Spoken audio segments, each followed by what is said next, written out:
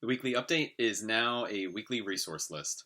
So there's a lot of good stuff out there, and I'm trying to pull together some of the best of it for you. So let me give you a quick tour. First, we've got a 4-day devotional by Ed Welch on anxiety. He has written very good stuff on anxiety and fear that I would recommend to you. This is a good sampling of it. So if you need a devotional, try this one out for a week. If you would rather watch a 3-minute video, you can check out David Pallison's 3-minute video on fear. This is especially meaningful to me because since he's recorded this, he's had to live this out. I think after this was recorded, he was diagnosed with pancreatic cancer, and now he's passed on to be with the Lord. So very good reflections from David Pallison, and very brief.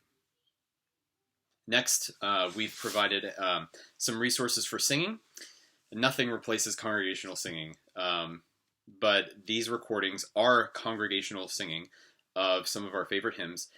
This collection that we're pointing you to is a collection of congregational singing that includes lyrics. So they're very helpful. I've highlighted The King of Love, My Shepherd Is, which is Psalm 23 put to music. And I've also included a devotional on Psalm 23 that just reminded me that there are fresh insights and encouragement in even some of the most familiar passages of Scripture. Next comes a free movie for families and kids especially, but man, I was so encouraged watching this just personally. It is a new production of Pilgrim's Progress. It's animated, it's designed for kids, but like I said, it's good for everybody, I think. If families are going to watch it, I would encourage parents to maybe watch it first.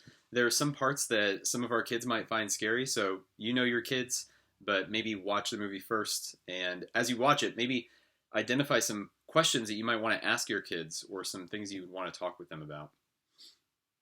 We miss a lot of things about gathering as a church. One of the things that we're missing out on right now is Sunday school, and we've been studying where we got our Bibles.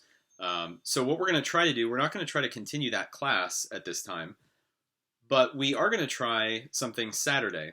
We're going to try to have a Zoom chat to discuss some things related to the topic. So we didn't get to go to the Museum of the Bible last week. We're hoping to do that in the fall. But when I went a couple months ago, I took almost 100 pictures. And so I was thinking that through Zoom, I might show some of those pictures and talk through them. And we can do Q&A and things like that. So if you want to join that chat, 2 o'clock Saturday afternoon, we're going to try that. I've also included a video that explains in 30 minutes where we got our books of the Bible and why we've included the books that we did. So you might want to check that out.